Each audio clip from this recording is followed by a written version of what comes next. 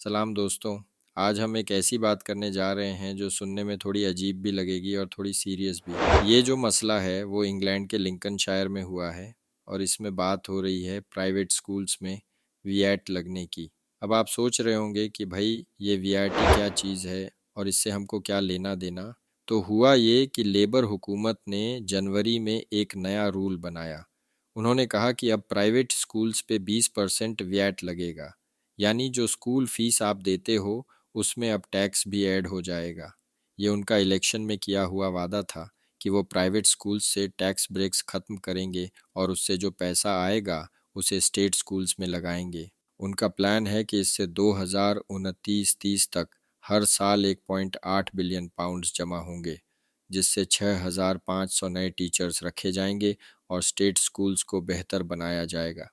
सुनने में तो बात ठीक लगती है ना, लेकिन दोस्तों असली मसला तो अब शुरू होता है। लिंकनशायर में एक माँ है जिनका नाम है सारा। उनकी बेटी एवा जो 14 साल की है पहले एक प्राइवेट स्कूल में पढ़ती थी, लेकिन जैसे ही विएट का रूल आया उस स्कूल ने अपनी फीस बढ़ा दी, पूरा 5,000 पाउंड्स एक्स्ट्रा। अब सारा और उनके हस्बैंड ने सोचा कि भाई इतना तो हमारा बजट नहीं झेल सकता। दोनों के पास नॉर्मल जॉब्स हैं, लेकिन उन्होंने मेहनत की, पैसे जोड़े और अपनी बेटी को अच्छी तालीम देने के लिए प्राइवेट स्कूल चुना था। लेकिन अब ये नया टैक्स आ गया और उनकी सारी प्लानिंग चौपट हो गई। तो उन्होंने एवा को प्राइवेट स्कूल से निकाल लिया और स्टेट स्कूल में डालने की सोची। अब यहाँ से कहानी में ट्विस्ट आता है। एवा का नया स्कूल लिंकनशायर में नहीं बल्कि अगले काउंटी रटलैंड में है, और वो भी कोई पास का नहीं, उसे वहां पहुंचने में 1 घंटा लगता है। अब लिंकनशायर काउंटी काउंसिल को एवा के लिए टैक्सी का इंतजाम करना पड़ रहा है। पहले तो काउंसिल 42 पाउंड्स रोज दे रही थी इस टैक्सी के लिए,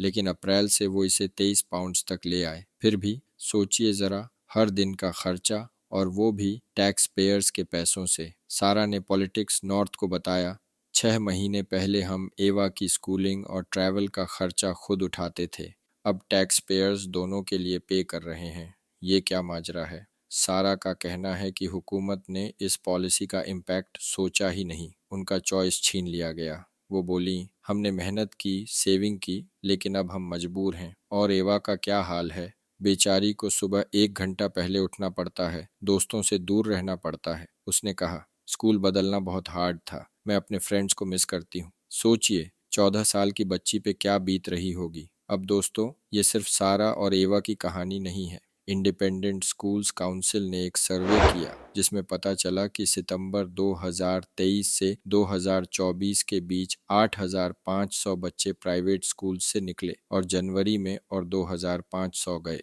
लिंकनशायर काउंटी काउंसिल को ही 36 एप्लीकेशंस मिली जो पहले प्राइवेट स्कूल्स में थे, लेकिन काउंसिल ने ये नहीं बताया कि ऐसा क्यों हुआ। शायद वीआईटी की वजह से, शायद कुछ और, लेकिन साफ है कि लोग परेशान हैं। अब एक प्रेशर ग्रुप है, एजुकेशन नॉट टैक्सेशन। इनकी मेंबर लवीना टंडन ने कहा, ये टैक्स सेक्टर नहीं है, प्राइवेट स्कूल्स इकोनॉमी में बिलियंस डालते हैं। हम पहले से स्टेट स्कूल्स के लिए टैक्स दे रहे हैं और उनकी सीट्स भी तो नहीं ले रहे।